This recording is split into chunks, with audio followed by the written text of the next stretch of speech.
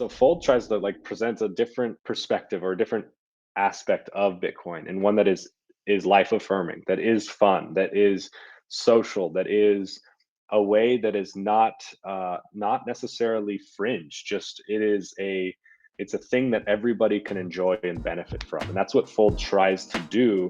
That I think is different than a lot of others.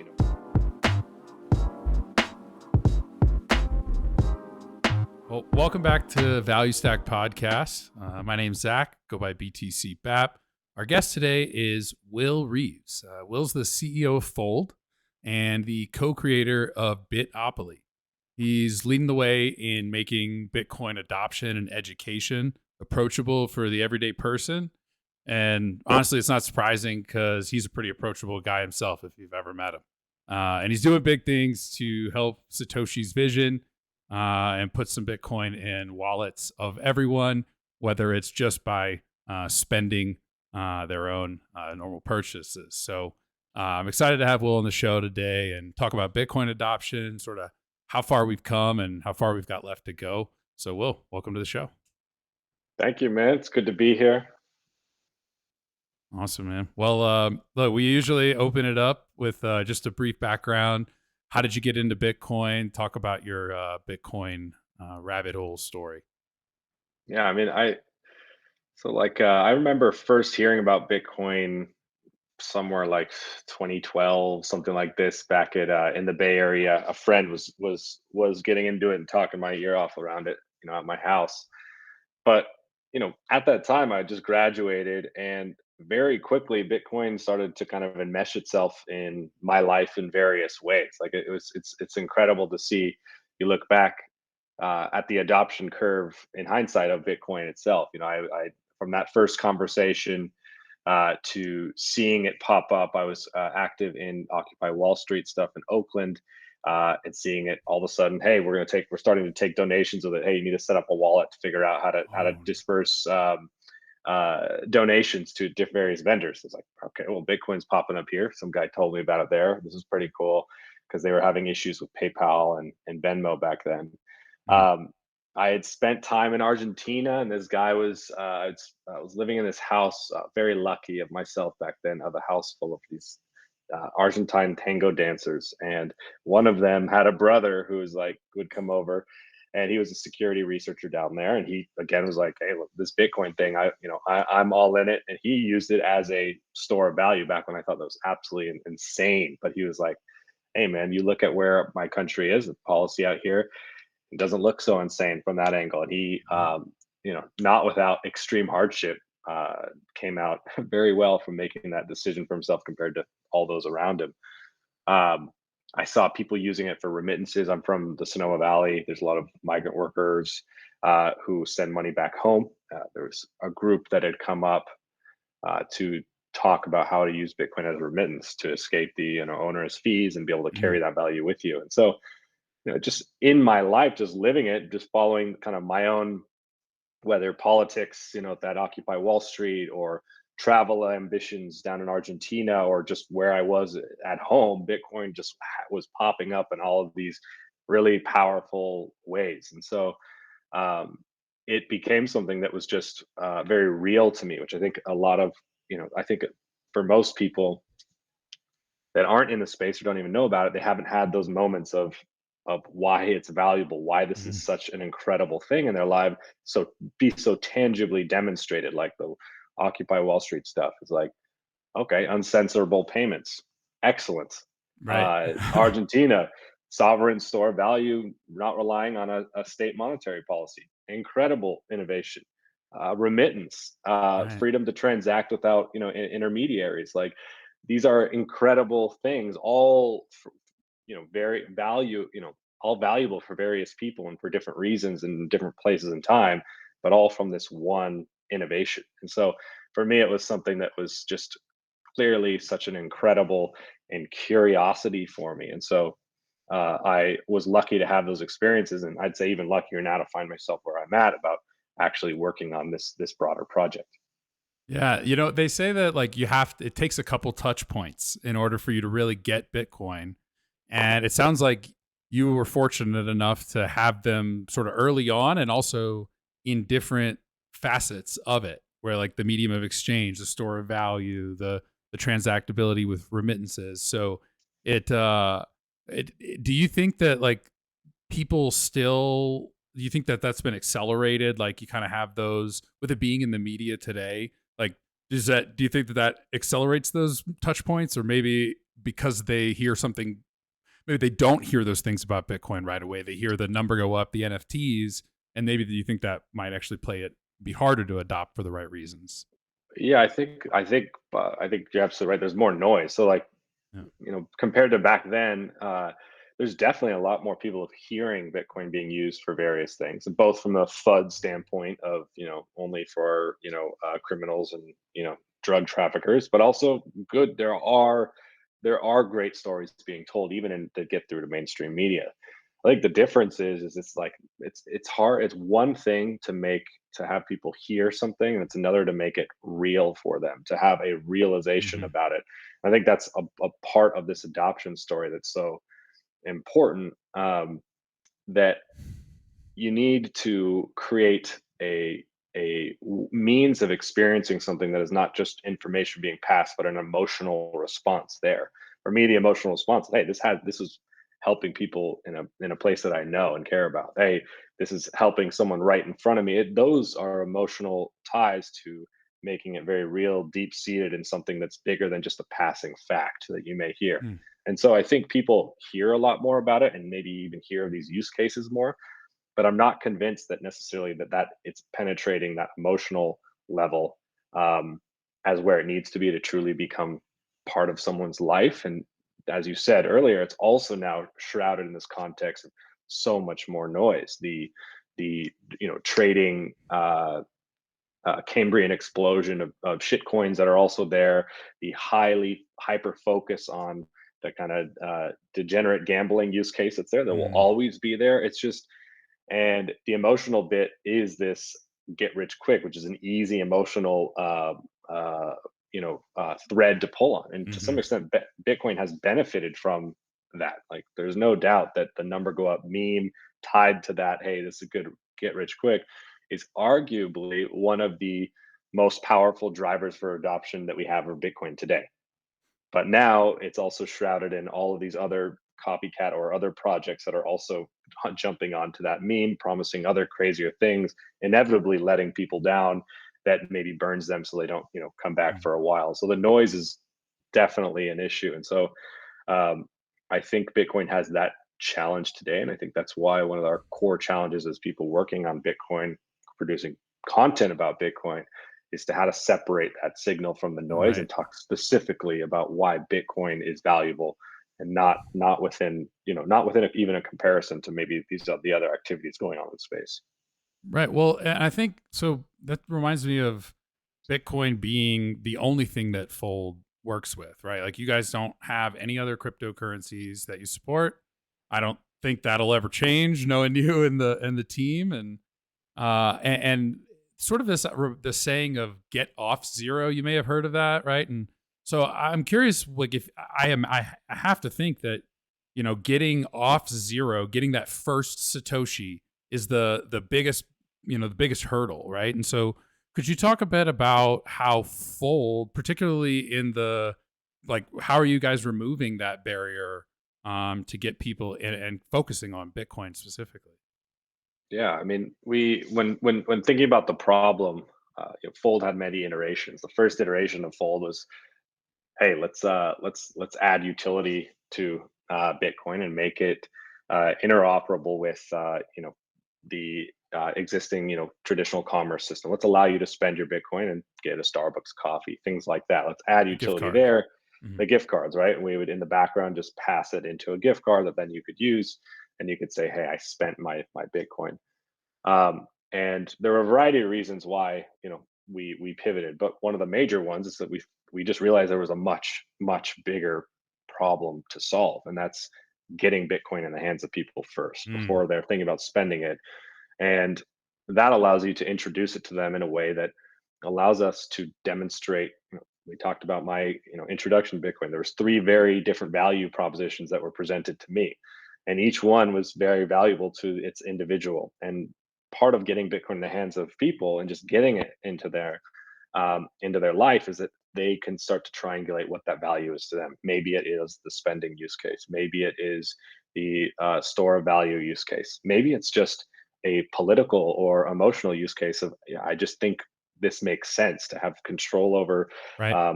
my money makes just as much sense as control over my speech. And I think a lot of this is what is missed out on a lot of the Bitcoin tooling and discussion of it's a store of value or it's a medium of exchange.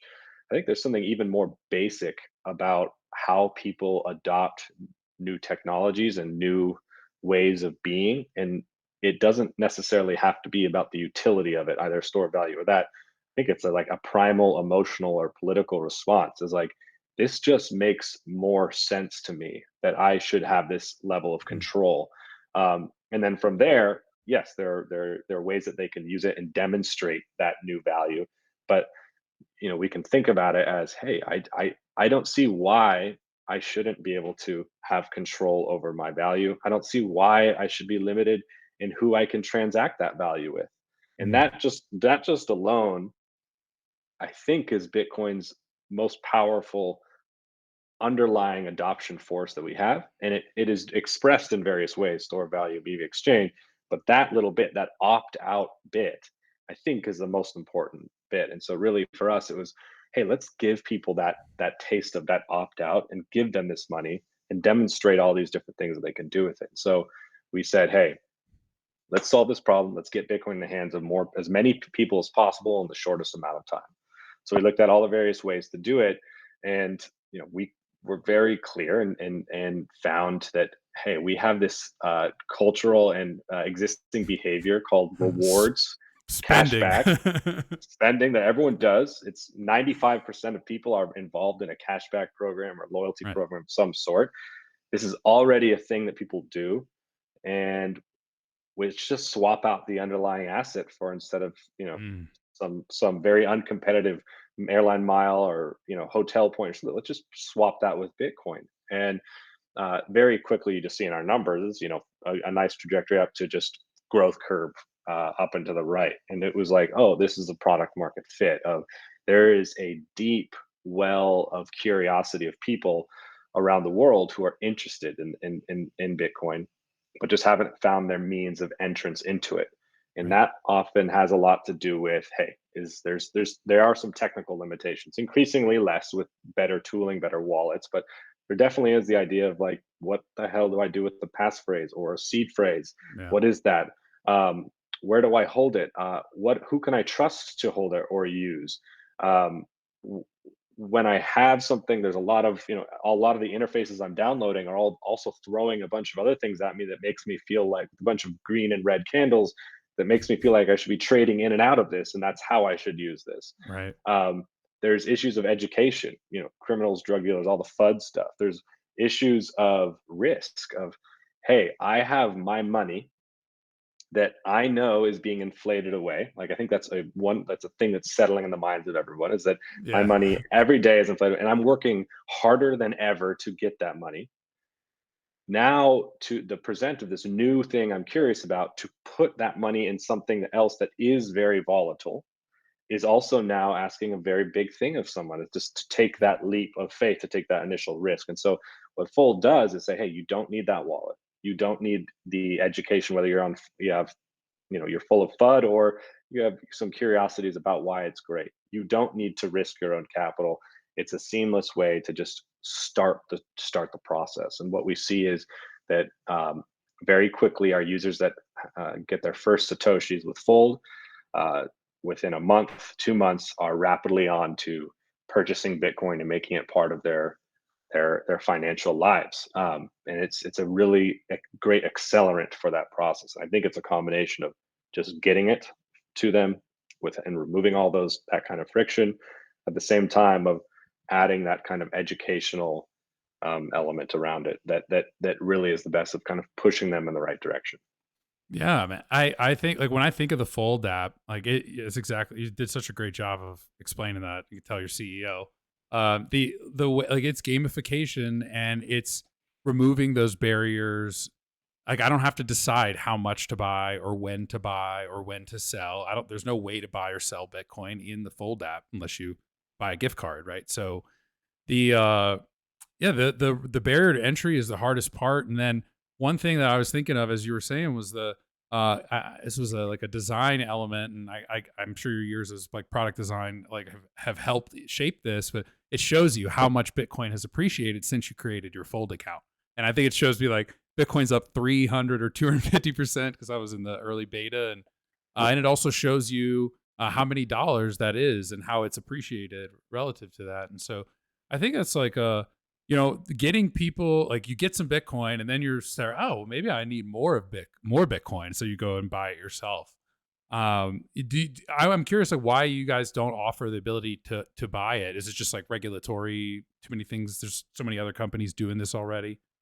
No, well, I mean, number one is that it's pretty saturated that there are places, but arguably the only proven scaled Bitcoin company use case is the buying Bitcoin, like in terms of creating very, very large businesses. And so we know that's there, and it's a natural thing for Fold to move into. And I think very soon you're going to see what Bitcoin buying on Fold looks like, and why we've taken time to look at that challenge and say, hey, there's really now, luckily, and for great reasons, there's a ton of places to go buy Bitcoin, Right.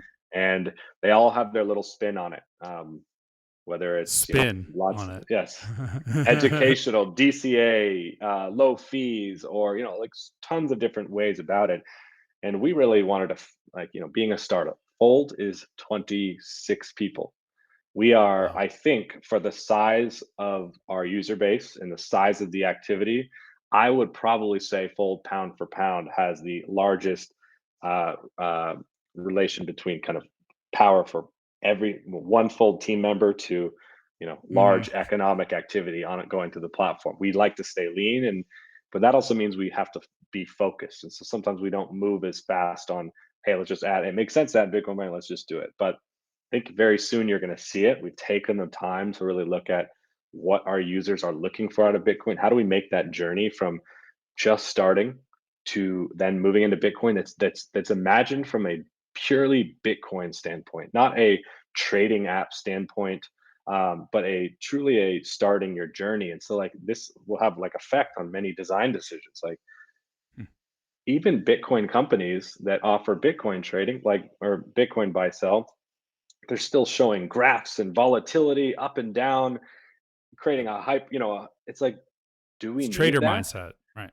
Do we need that do we need that view or that contextualization of in a Bitcoin only environment at all? Now it's Hmm. important to have that signal, but when it's so prominent right on the buy button and sell button actually, and it's there, I think it's sending the wrong message, and I think it's taking up design decisions that were created for very different use cases that maybe you've seen with some of the other casinos out there that do Hmm. that. And I think Bitcoin companies can take a different tack. It also means, well, and this is actually we have some prominent examples of this. What does it mean to sell Bitcoin? Like, um, is that the context we need to get out of your Bitcoin position is to sell, or are there other ways to think about how to do that? And so I think Fold has taken the time to really look at, because there's no shortage of places to buy it. What is Fold going to bring to the table when we're talking about buying Bitcoin? Because it's such an important step for our users.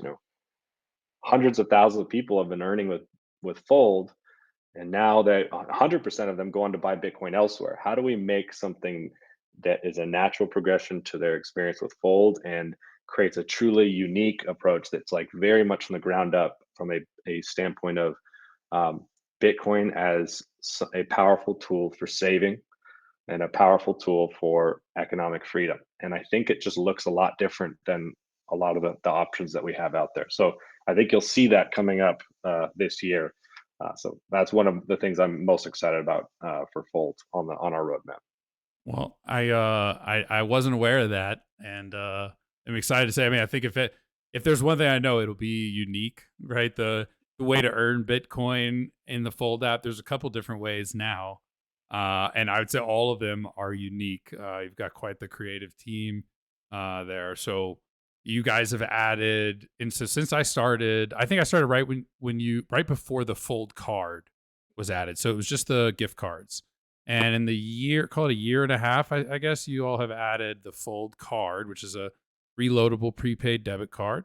I think a little bit after that, and you showed me a preview of this last summer. I was glad to finally see it launch, the Metaverse, where you can like go around your house and get Bitcoin and wherever you're at. And then you all have done the spin squads too, where it's sort of this viral. And I know my friends are earning Bitcoin because I see and I get some, but I don't see who. So that's good to honor the privacy. And so now I'm hearing that, buying Bitcoin, I imagine there's going to be some sort of unique sort of element to it, as you mentioned. And so, I think like one thing I'm connecting all here is that you're making it fun, right? You're making it fun for the users. And I think part of that is like, you see that in your online presence too. Like Fold's Twitter is like edgy and funny and knows how to engage with the community in the way that the community wants to be engaged with. And I think you guys do a good job of doing that on the same side with the product. Like your users are, I didn't realize you had 100,000 plus users. That's insane. I can't, that's insane growth. Lean is a great word to describe it.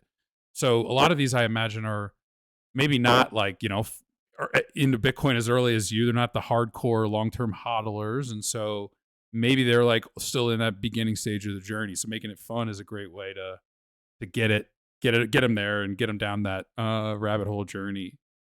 I think, the fun aspect is what are we doing here? What are we contributing to this Bitcoin adoption cycle? And again, there's a lot of great companies out there that are doing it.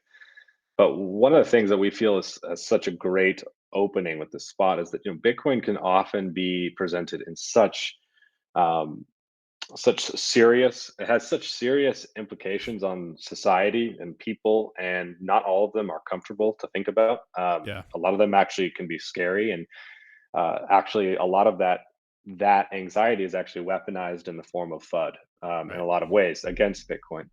And so Fold tries to like present a different perspective or a different aspect of Bitcoin, and one that is life affirming, that is fun, that is social, that is a way that is not necessarily fringe. Just it's a thing that everybody can enjoy and benefit from, and that's what Fold tries to do.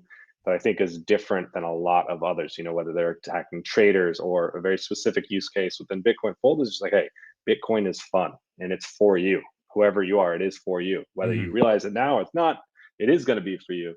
Right. But if we can get you in because we're creating a fun experience, and then you realize a little bit faster, then we win. Hey, if it takes you longer, then Godspeed. But yeah, definitely central to this is fun, and that's why we focus on what's called a lot gamification or incentive design, game design, and bringing to make finance fun, because we believe ultimately at the end of the day, to win Fold's game, to win the game is being more financially free, more financially sound. And what better game to play than that, when that's a game that's just not encouraged to play in our current Mm. society at all.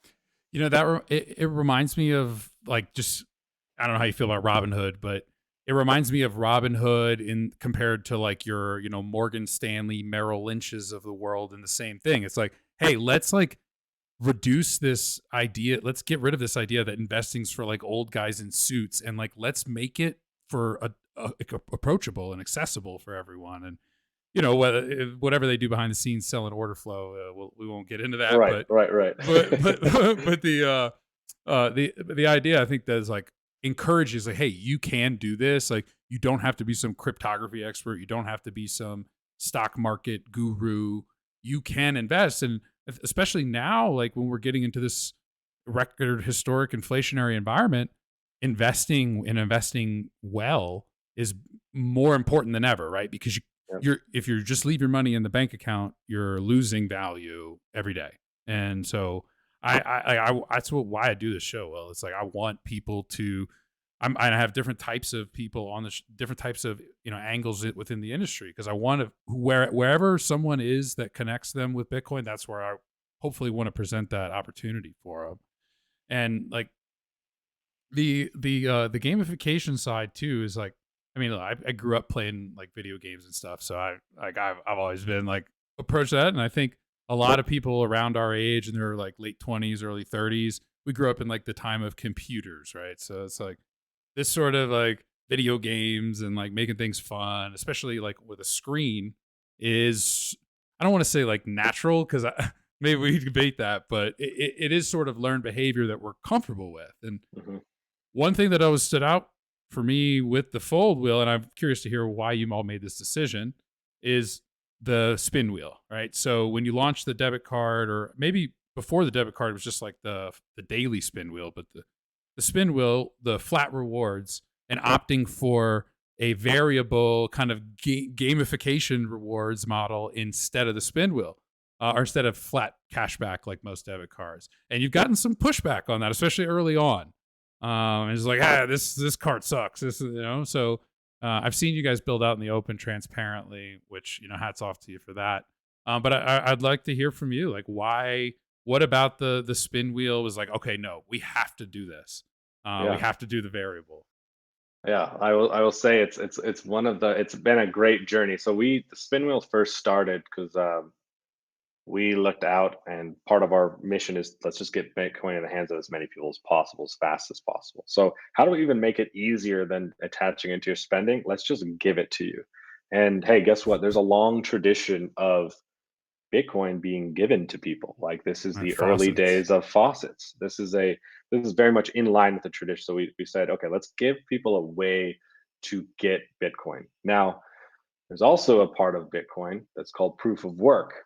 That's also important. So it's not just give people, but it's also let's introduce this idea of hey, you're going to give us something back, or you're going to actually engage with this a little bit, and that's where this idea of probability comes in, or variability in the Mm. reward. So Hmm.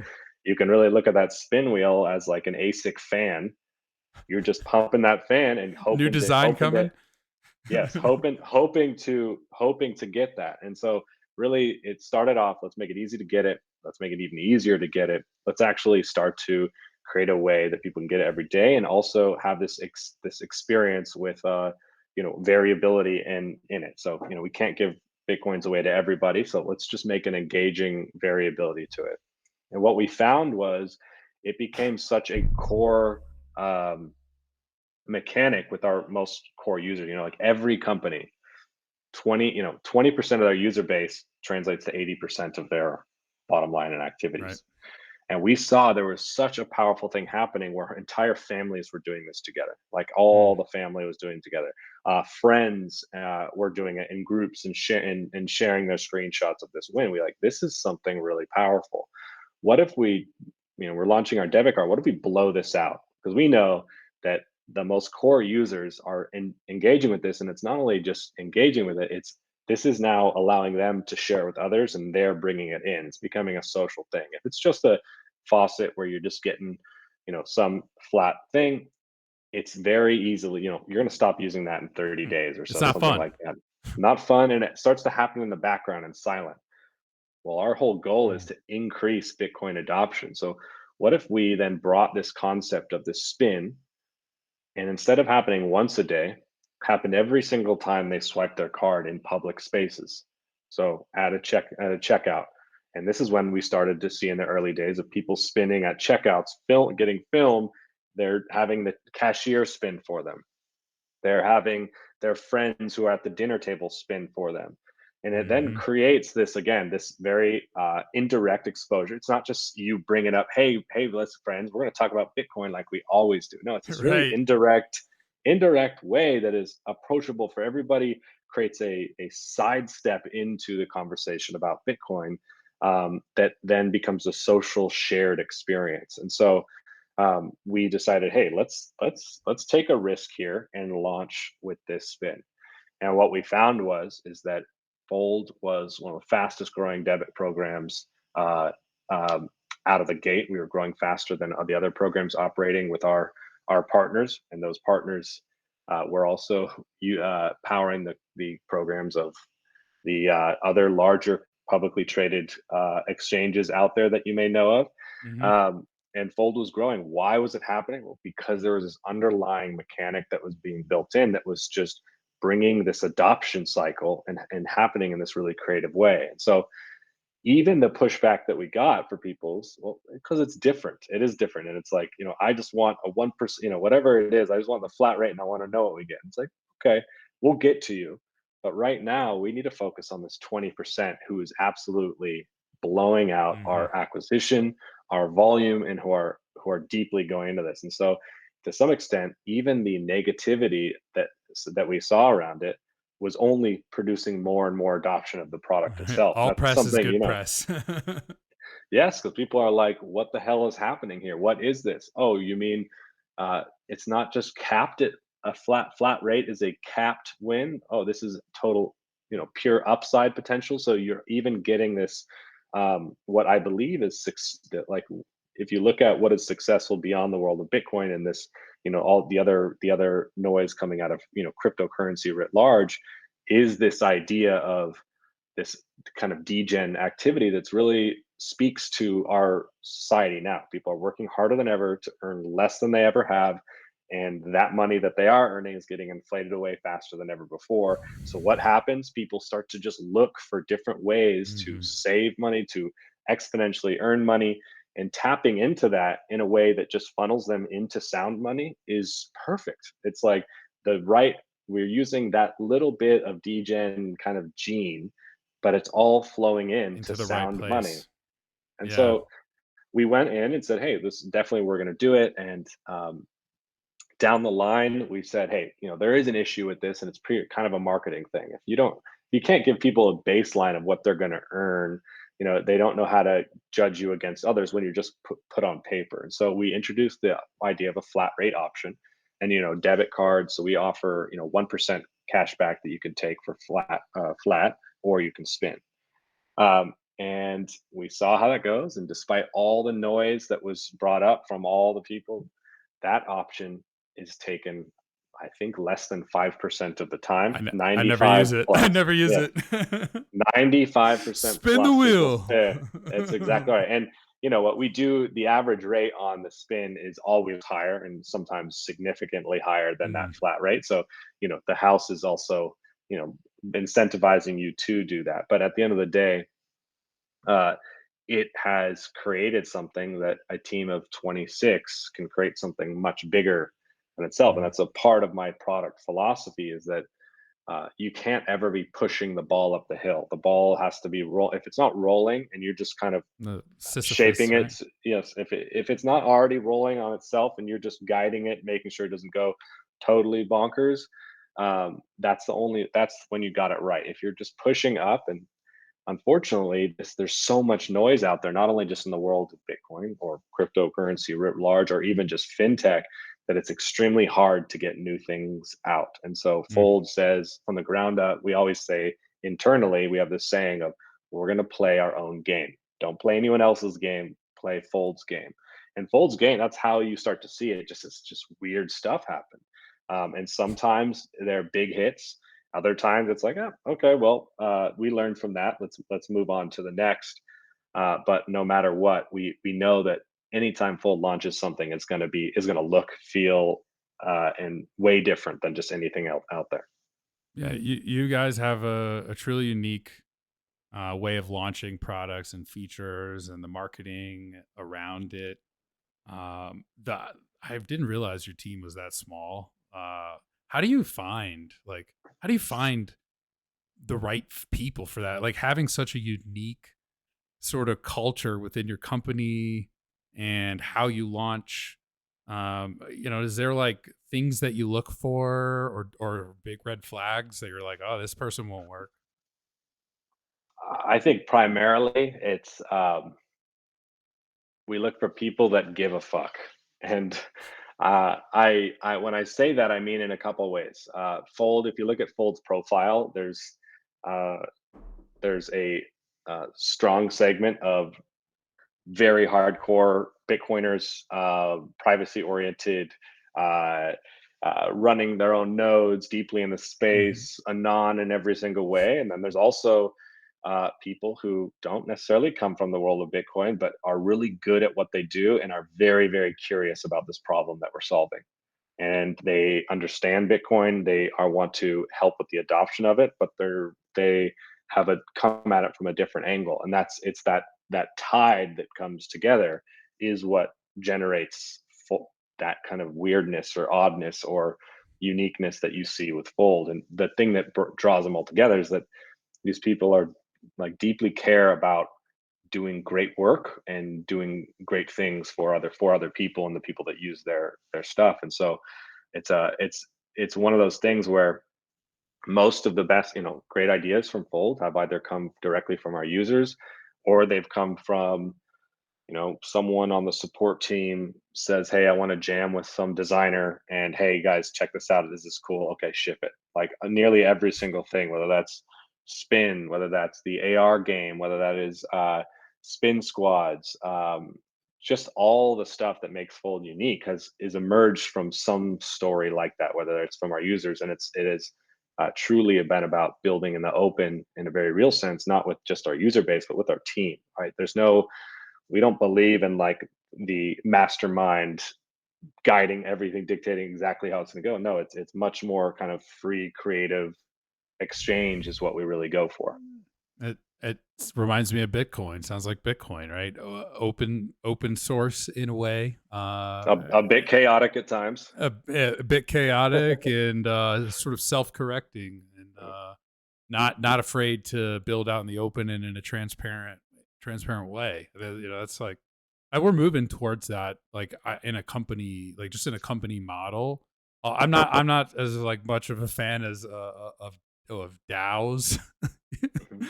but I do think there is some merit to building out in the open. Clearly, you share that same belief, and oftentimes, like, why constrict the ideas to just your employees when you have users who will give you ideas for free, and they are the ones that would buy them from you, right? Because they're I, your I I customers. think I think that is, I think a lot about like what advantages, because I'm constantly faced with, or at least the outside world trying to tell me what the disadvantages of being a Bitcoin only company are, right? Mm, You're leaving money on the table, launch your own token. You could raised at 10x your valuation and got Andreessen funds in the door. Like you could have, well, all of these mm, various things, the world saying, "Hey, you're doing it wrong." But I often think about, well, we're doing something right, and what is it? And there are some huge advantages to running a Bitcoin only company, and one of those happens to be it's a extremely strong signal for really talented, driven people, and you already have this existing filter device that filters out a lot of the noise, and you get I think higher quality candidates that give a fuck and are really good at what they do, and mhm. so that has been very, very helpful. And I know other companies who work in our space, I think also do it right about, hey, actually the more I bring our user base in and the more I kind of leave the door open for people to join in maybe informal capacities, whether it's mod of our Discord or whatever it is, the more Hmm. powerful we become, because it is you are this is speaking to a community of people that are your users and that are going to be the ones who are going to be talking, and supporting you when you're not there. And so I think that's a very one of the many really key things that make running a Bitcoin company great.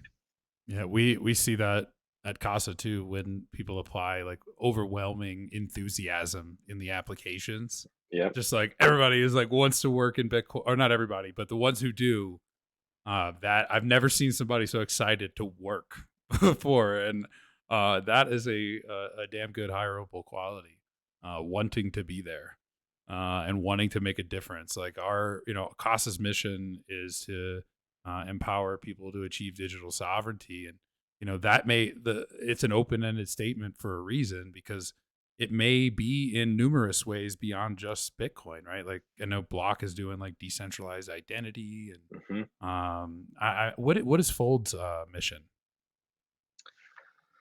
I mean, I think what we share with most Bitcoin companies. At the end of the day, we want to spread financial freedom to individuals, community, families, communities, and we do that by way of Bitcoin. Bitcoin, the asset, but also the idea. I think one of the things about being a Bitcoin company, it's not enough to just to give Bitcoin as a reward.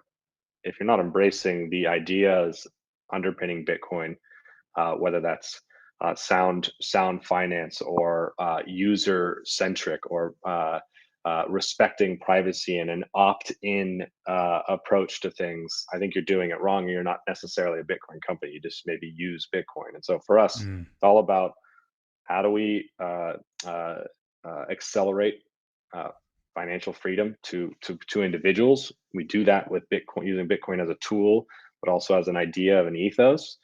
And how that emerges is we just try to make Bitcoin as accessible as possible via via ways that don't require people to change their behaviors in big ways, that remove a lot of the existing friction, but that also introduces fun and gamification that makes it and embeds itself deeper into their lives than it may otherwise have. And so that keeps it very top of mind, which that keeps it viral, and that's what keeps the spread of it going. You earlier you said our jobs is just get Bitcoin in as many hands as possible in as many ways as possible, and I really like that. Yep. And you do that, and like we're like through the AR, the spin wheel, the spin squad. So talk to me about the metaverse thing. Like we hear the metaverse all the time now. I hate to say it's a bit overused. Oh yeah. So so Meta, the company, like they, I'm sure you got some cease and desist letters from them already. But talk what's the Fold metaverse, and I mean I've played it before, but for our users, our listeners, describe what that is and how they can get try it out. Yeah. So again, Bitcoin, I mean, Fold, we're trying to make Bitcoin accessible and fun and also real. And we had a speaking of what else we're talking about, of just Fold's culture of just kind of open development. And one of our developers is a award-winning Pokemon Go trainer who's trained AI to, like, all this crazy stuff. It got award, deep into it. And it's just like, hey, look Oh, at this idea, look at this idea. And so it was a side project that was spun up, that really, we thought, like, literally put Bitcoin around you. So, hey, friends, hey, I'm at a dinner table. Like, Bitcoin is all, we're awash in Bitcoin right now, and Fold's going to help you see it. And you can get it in there. And becomes again a not a concept that is being abstractly spoken about, but like, hey, a fun thing that's happening around you right now that you're sharing an emotional social connection with people. And hmm. so we're like, this feels very much in line with Fold. And then we are like, oh, there's also all this talk about the metaverse and all this stuff. And it's all being spoken about. The metaverse, the term was created to describe a dystopia, and you have literally the creators of our current dystopia talking about how they're going to create the metaverse, and it Oh, sounded all horrible, like closed source, total control over your yeah. reality, you'll own nothing and be happy vibes. And Fold is like, well, we have this cool thing. It actually, it is bringing Bitcoin around you, something that is something that you cannot control, that is not controlled by anyone, that is freely accessible to anyone. It's built on, you collect it in this universe, and you can withdraw it to your own wallet. Versus, hey, you're never getting out of this. It was a Right. great counterpoint to essentially the nightmare that was being spoken about on public company earnings calls to boost valuations, that and all that. And so we just thought it was, hey, let's just call this thing, let's tack this AR game, this Satoshi Go, we were going to initially call it. Oh, Uh, okay. uh, let's just call it Metaverse. And what we're going to do is we're going to kite on all the search Yeah, activity yeah. going on. You just see our numbers that days were just incredible. Like, I think that the first couple days of it, tens of thousands of users joined Fold just because of the seeing it out there, and it just on SEO purposes. So it was Smart. also like, hey, Bitcoin also is the metaverse in a lot of ways. Like, it's the actual Mm, metaverse, and it is in such stands in such stark contrast to the one that's being presented, and like artificially created and constructed by the people who you do not want to be constructing your world. And Bitcoin provides a opt out of that. And so let's use it and to kite the narrative. And it was enormously successful about getting new users into the Fold app, ultimately are stacking more Bitcoin. It's now has features in it that allow you to collect spins and other things Yep. that integrate into the card. And so again, it kind of creates this Fold universe in it where the card is everything kind of speaks to each other, all the features, but it's a kind of creates a broader universe of what Fold is. And so we're looking into like how that could be developed more, where we want it to go. But right now, it's certainly has a very loyal and strong following of people who are playing it a lot. But we're seeing where how it will fit into the larger picture as we move forward. Yeah, I the more we can get Bitcoin all around us, that doesn't sound like a dystopia to Yes. me. So I do it right before, because I think those the spins that you collect in the AR game expire after 24 hours, I believe. And so Yep. what I'll do is like spin them like the night before I'm gonna pay a bill. That way I'll have like there's a so I'm sure it's happened, but like there's got to be like official strategy guides out there. That's like, here's the probabilities, here's what you do, the weighted percentages, and like here's your optimal expected value. There are Fold influencers who have developed names because they provide these probability checks. They provide guides. They will take in private Discord channels to say how they do it. Our Discord is extremely active, and that's where a lot of like the kind of hack trading and all that Mhm. stuff goes on. And so, yes, it is again that again you a game creating a good game, which I believe Bitcoin is the best game ever created. I think Fold is tries to do the same thing. It develops a life of its own where the users, the players, are also able to interact freely and take it and to create their own strategies to play in this broader world. Like there isn't just one thing. Like there's a lot of thing Mhm. about Bitcoin. Okay, I can buy it and I can send it, but part of what Fold tries to do is to create this life that you can Around live it. within it. Yes, and a lot of it is because um, speaking of the noise that's been created, I think what the world of DeFi and the other kind of cryptocurrency side of everything has for for for better or worse, and I think mostly for worse, has created a whole world that can be lived within it. Now, do Mhm. with and I think there are some things that can be learned from that.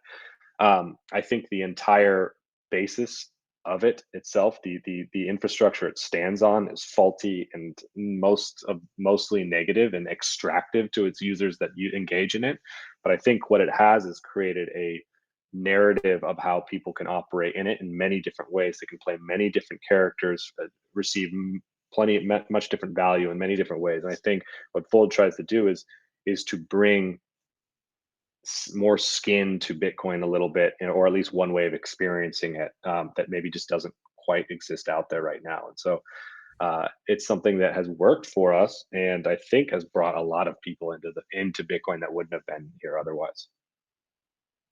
Yeah. The game side, I that's like the recurring theme that I keep hearing is like this sort of making it fun. And so you launched, is it Bitopoly you launched? Was it last year? Is that was it your with your fiance, or I think at the Yes, time, my now wife, yes, now Natasha, wife? yes. Um, Congrats. Thank you, sir. Yeah, we a lot of my job is explaining what Bitcoin is. And I think out of all the analogies I've ever heard, the best that still makes sense to me still is Bitcoin is a game. And a lot of people get kind of like, wait, what the hell are you talking about? No, Bitcoin is a lot of things, but a game, what are you talking about? Um, but in my background as mostly someone who's been a product builder, I have been a student of engagement and games. So I think Mm. some of my favorite guiding books on product development come from game designers. So there's a book called A Theory of Fun. and it's about it breaks down what what makes a great game, what literally Mm, scientifically, and what actually makes something fun, what makes a game a good game. like habit And that forming and yeah.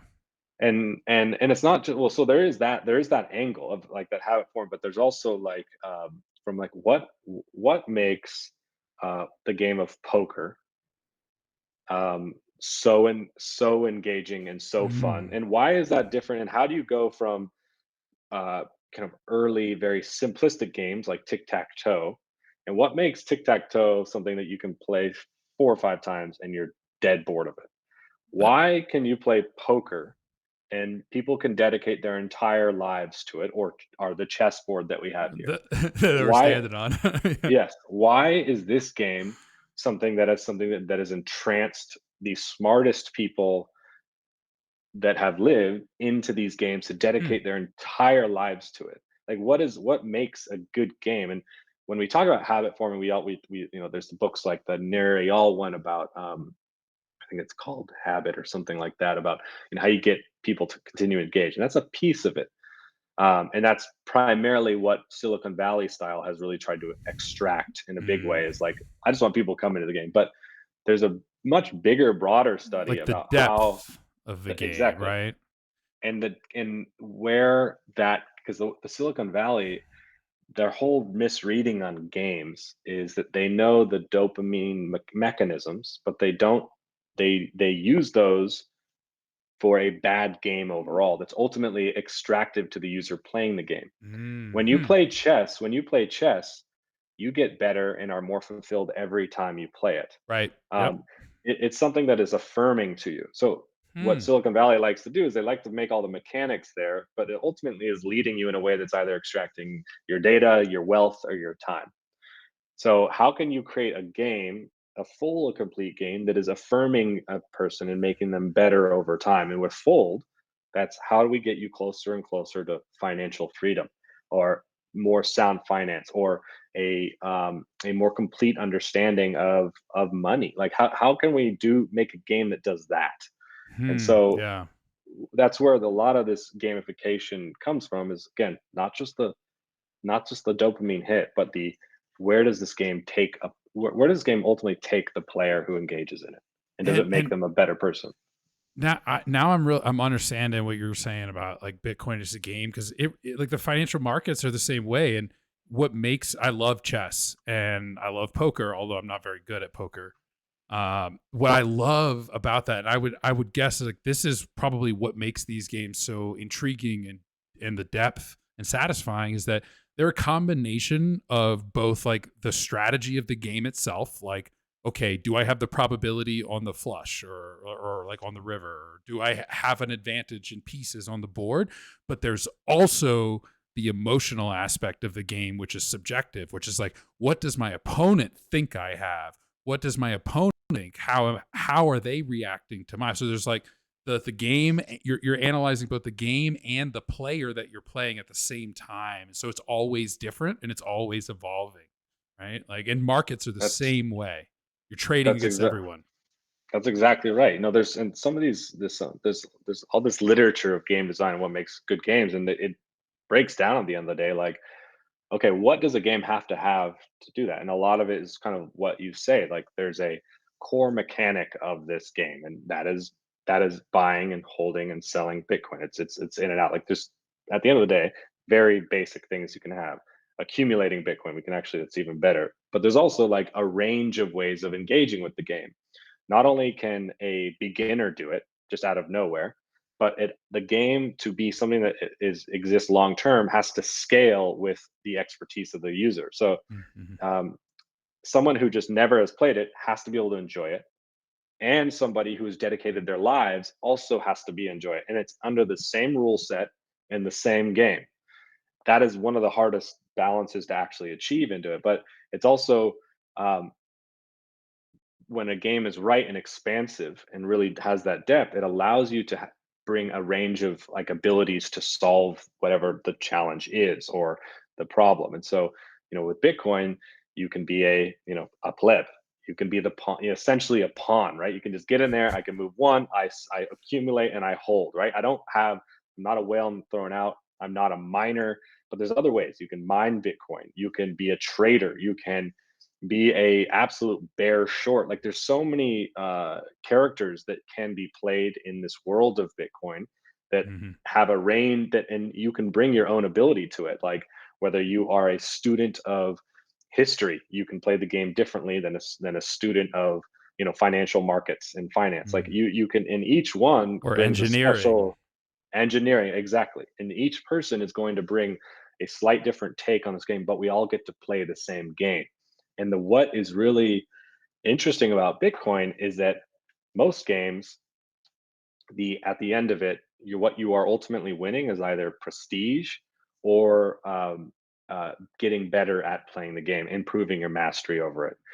And that helps with both pride and ego and things like that. What Bitcoin does, it has that, but it also has financial monetary value as well. Mhm. And so it is this perfect game where it has this embedded finance to it that creates it, it allows it to sink even deeper into their lives. Poker gets close to it because there's such a financial element around poker. Like people are not betting on all of their chess games. It's not like that could be part of chess, but it's really not as much Mhm. as poker. And there's a reason why the communities of poker and Bitcoin, you see so much overlap with them. Like Mhm. in terms of the early days of Bitcoin, a lot of people playing poker. Poker players found Online value out of poker, poker, right? but they also found uh, poker players found Bitcoin as just an inherently interesting thing that matched with their understanding of probability of finding this this tool. And so um, what you see is ultimately a game. Like there are actual DNAs of what makes a game, and there's probably 10, 12 things that are generally considered things that have to be there to make sure it's a game that is truly great. And you can really just apply it to all the games you've loved, whether it's Catan or poker or tic tac toe or any of video games that you've ever played. And you can say, oh, this one has all of these, but it doesn't have this, or this one is this, Mm. or it doesn't have this, or it only has a couple of them. And that's why I get bored of it after this many times.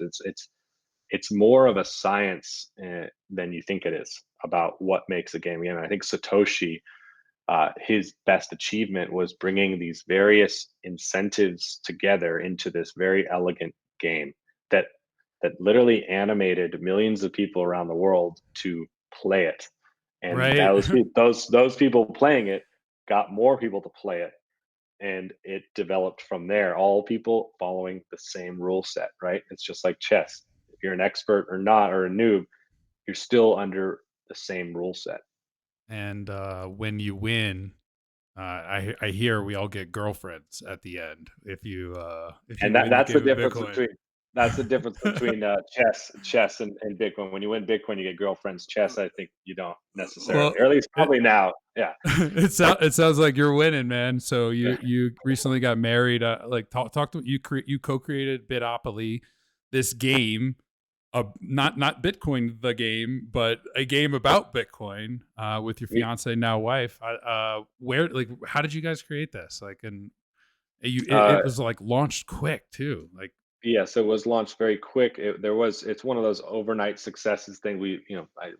Thousands and thousands of this game were sold.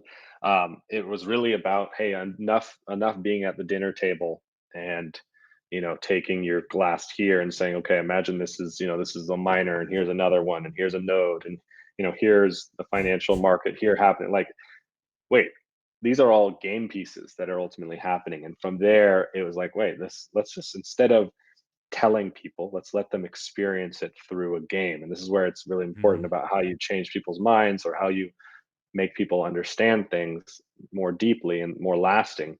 Is when people, there's two ways people can learn things. They can be delivered information, and then they can experience that mm, information. And if you big can find a way, difference. yes, and if you can find a way to do that from experience, people inherently get it, and you can spend way less work and time having to actually go through multiple conversations of it, because they start to understand what it means to experience scarcity in a very real context at a table with five other people. They understand the implications of that. They understand the implications of probability. They understand the implications of uncensorability. They understand financial economic constraints in a way that just you just saying it just was not gonna resonate. But they could. I've got a experience personally of that. So like having been reading about Bitcoin mining for years, I never really understood what a nonce was in that context. And it was last summer. I was playing. It was like 1 a.m. With Rachel from as I think leads your design team and David and growth Yep. team, and I they played the nonce card, and I there was one miner left, or like we had or like two miners left, and I was like I had to keep rolling and keep rolling, and then eventually I caught on, and then I was like, all right, I'm gonna pay and I'm gonna roll all my miners the first right, and then I got the Bitcoin in the Yep. first mine, and I lost all of my extra cash. And so there's like, dude, but I was like, oh, okay, like the nonce, like it increases the difficulty of finding the match, Yep. and boom, it's like knowing about it and experiencing it and having that memory now I get it. Well, you Uh, not only learned that bit of the finding that and its difficulty adjustment, but you also learned like as a miner, as difficulty increases, I also need to make the decision of am I going to invest in real resources more in this time, mm, where if when difficulty drops again, that investment may be too heavy, too much overhead for me, and mm, now I'm locked in, or I maybe have wasted resources. So it helps you make all these trade-offs. Now, there are so many ways. Like always, when creating a game, is like, okay, what level of complexity do yeah, you do that's you the do? And depth. yes, That's like learning that through playing a card game is pretty profound. yes, and so that was where the Bitopoly came from, and the inspiration was, okay, I'm gonna not take you through a 45-minute conversation where you're gonna absorb 5% and Right. ask, and maybe come out with a shoddy understanding, or we're gonna have fun and we're gonna play a game for 45 minutes, and you at the end of it are gonna tell me about Bitcoin, because that's the power of what experiencing information does. It lets your mind absorb the framework and allows you to make your own inferences about it independently of Mhm. having just to learn from somebody. I play it. I play it every chance I get. I've got two copies. One was the first run that you all did. I got Yep. number 20. I wanted number 21 so bad, Will. I was too early by probably like a minute. Oh my Uh, god. so that's my storage set. And then but I've got one that I play with that was, I think, the second run with like Yep. different packaging. Well, we've Well, been talking. you Go have ahead. the first run was, you can know was hand packed and handwritten I by saw. you, by yours truly. The second one was like, okay, here's actually how games are kind of made. So Right. Yeah, man. Well, we've been talking like about like gaming and things for that we ways to make Bitcoin fun. I'm curious. Like, I know we're like we both cook, right? But like, what other kind of things do you do for fun outside of Bitcoin? Like, I'm sure there's. I mean, being a CEO, maybe you just work all the time. But yeah, I mean, you're more right than wrong there. Yes, I mean, I mean, obviously, you see us in trading various food pictures and some delicacies there, which is a deep part of my life, my life at home. But I am a constantly outdoors, and whether that's backpacking um, or taking a road trip, I am constantly on the move, and so it's one of the things about running Fold. It's also like, hey, we want you're going to work and do your best work. That's what the expectation is, but we also know to do your best work, you have to be able to live a great life Mm, that continues to rejuvenate you. So I am with Natasha. We're constantly traveling in Mexico, around the U.S. And as much as I can, being outdoors, hiking, fishing, uh, all of that. I try to spend as much time out there as possible. And again, I got lucky to have a really strong friend group, both within Bitcoin, that I've met here, and but also without that allows me to also find myself in great adventures that doesn't ever leave me bored when I actually have the time. But Hmm. you're also right. Yeah, running Fold, especially in times like these when times get particularly wild, you get particularly busy. I've found a high degree of correlation between Bitcoiners and people who like nature. I think probably most people in general like nature. If not, like, what are you doing? But I've particularly like the appreciation of Mhm. nature and sort of the simplicity and the naturalness of it. I don't know if it's like maybe something to do with first principles and sort of like getting back to the roots, right? Like I think part of the fiat culture has you talked about the Silicon Valley sort of extracting the value of your time and your attention. And I think we all sort of feel that in a way. And so that like that nature aspect, getting out and like re-experiencing the things that make us human. I find that like oftentimes like realize that and have a strong recognition and appreciation for that. I could totally agree, and it's one of the reasons why I think I have not only found my professional life and personal interest in Bitcoin, but also just friends and just great community of people is again, just like it brings incredible talent to come join and work with you. It also brings really solid people into your life as friends. So Yeah, I've met some of the most loyal people, humble people in the industry. I told a client the other week. I said, before I worked in Bitcoin, I didn't realize you could truly like what you do. Like I thought it was yeah, like, it's like all right, I don't mind it, but I like what I do. I feel purpose, and like even beyond just like the day to day of what I do at Casa and making this podcast, like there's a greater sense of fulfillment that I feel just from knowing that or believing that this like small bit of impact that I'm making could have a much larger impact like to the whole world if Bitcoin yep. succeeds and becomes what we think it'll be. And that's why you know I I just really I don't take it lightly to that we're still early, right? Like we are early. Fold is an early bit. I think you guys were like one of the first places I saw Bitcoin rewards. They're kind of everywhere now, but Mhm. you guys were pioneering that as far as I'm concerned.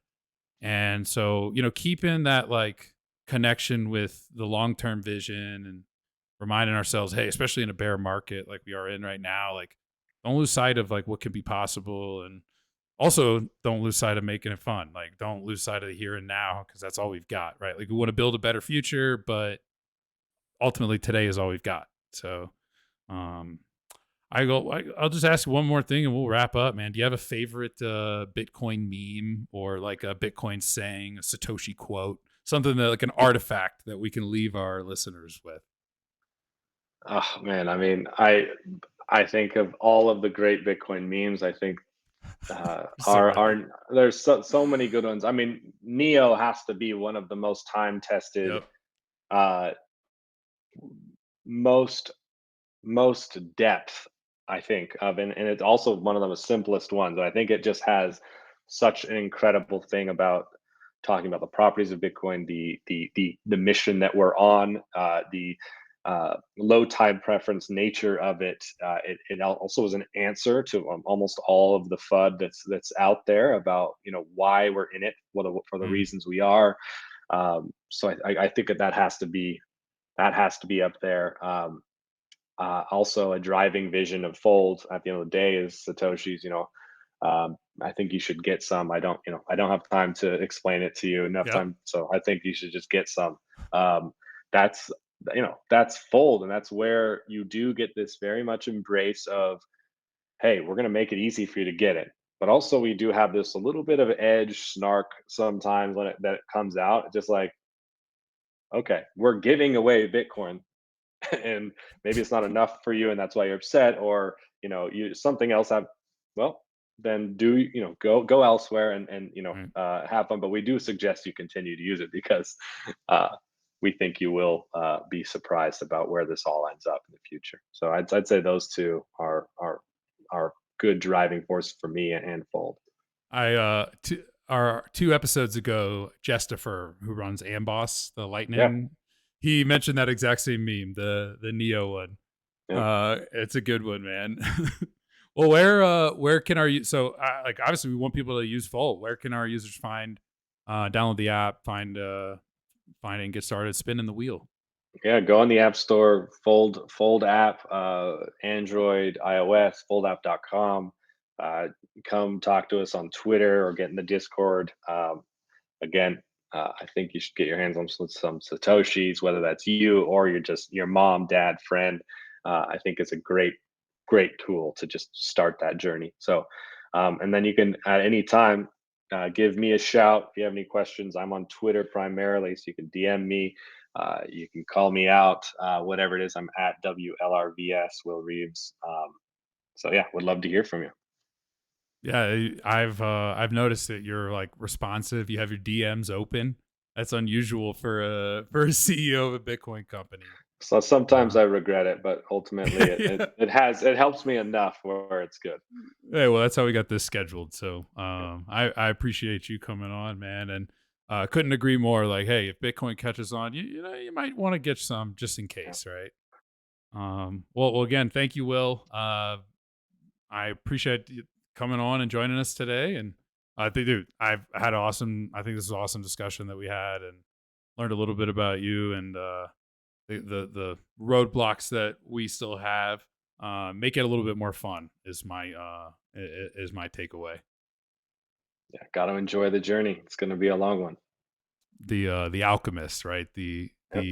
The end point is the journey itself. So Yep. we're on this hyper Bitcoinization journey together, man. Well, thank you all for listening to episode 22 of Value Stack. This has been Will Reeves, the CEO of Fold. We will see you next time.